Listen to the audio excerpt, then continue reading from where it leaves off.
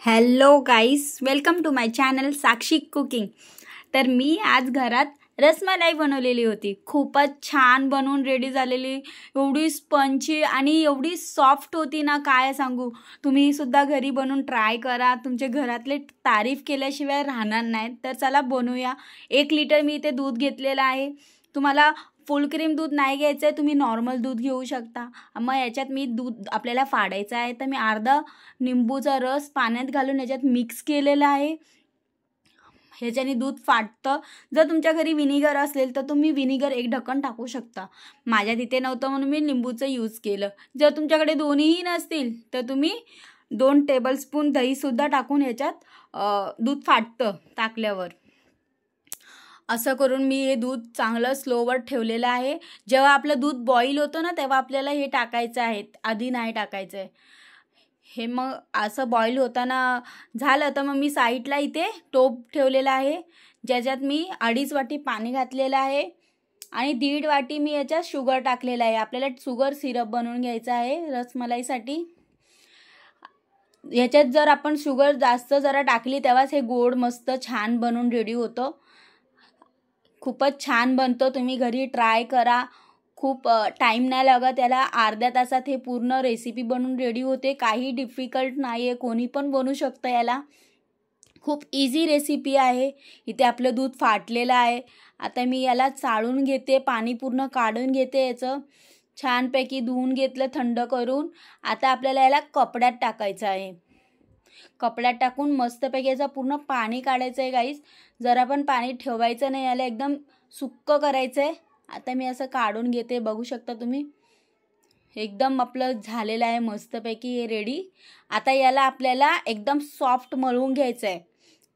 आता हाताने याला खूप वेळ लागतो, म्हणून ही ट्रिक मी वापरलेली आहे। कोणती वाटी वगैरे काही घ्यायचं तुम्हाला आणि त्याच्याने असं करायचं, एकदम सॉफ्ट हे रेडी होतं बनून। आपल्याला याच्यात 1 टेबलस्पून हे टाकायचं आहे, कॉर्नफ्लॉवर टाकायचं आहे। जर आपल्याकडे कॉर्नफ्लॉवर नसला तर आपण मैदासुद्धा टाकू शकतो, बाइंडिंगसाठीच अर्धा टेबलस्पून बस झाला। बघू शकता किती छान सॉफ्ट असं झालेलं आहे आपलं पीठ हे, जे आपण बनवलेलं आहे। मस्तपैकी याचे गोळे करून घ्यायचे आहेत छोटे छोटे। हे जेव्हा जशी तुम्हाला पाहिजे तशी तुम्ही करू शकता। जेव्हा आपण याला सिरपमध्ये टाकणार तर हे साईज याची वाढते, म्हणून मी एवढेशेच केलेले आहेत। तुम्हाला जसे पाहिजे तसे तुम्ही करू शकता। आता एक एक करून याच्यात सोडायचे आहे तुम्हाला। एवढे छान बनतात, जशी मी रेसिपी सांगितली आहे गाईस, तसं जर तुम्ही बनवलात तुमचे कधीच जी रसमलाईची जे आहेत हे गोळे ते कधीच फुटणार नाही सिरपमध्ये। खूप मस्त बनून रेडी होतात। जर तुम्हाला माझी रेसिपी आवडत असेल तर प्लीज सबस्क्राईब अँड शेअर माझ्या चॅनलला नक्की करा। याला आपल्याला 10 ते 15 मिनटं शिजवून घ्यायचं आहे। आता इथे मी साईडला रसमलाईची जी मलाई असते ती बनवून रेडी करते।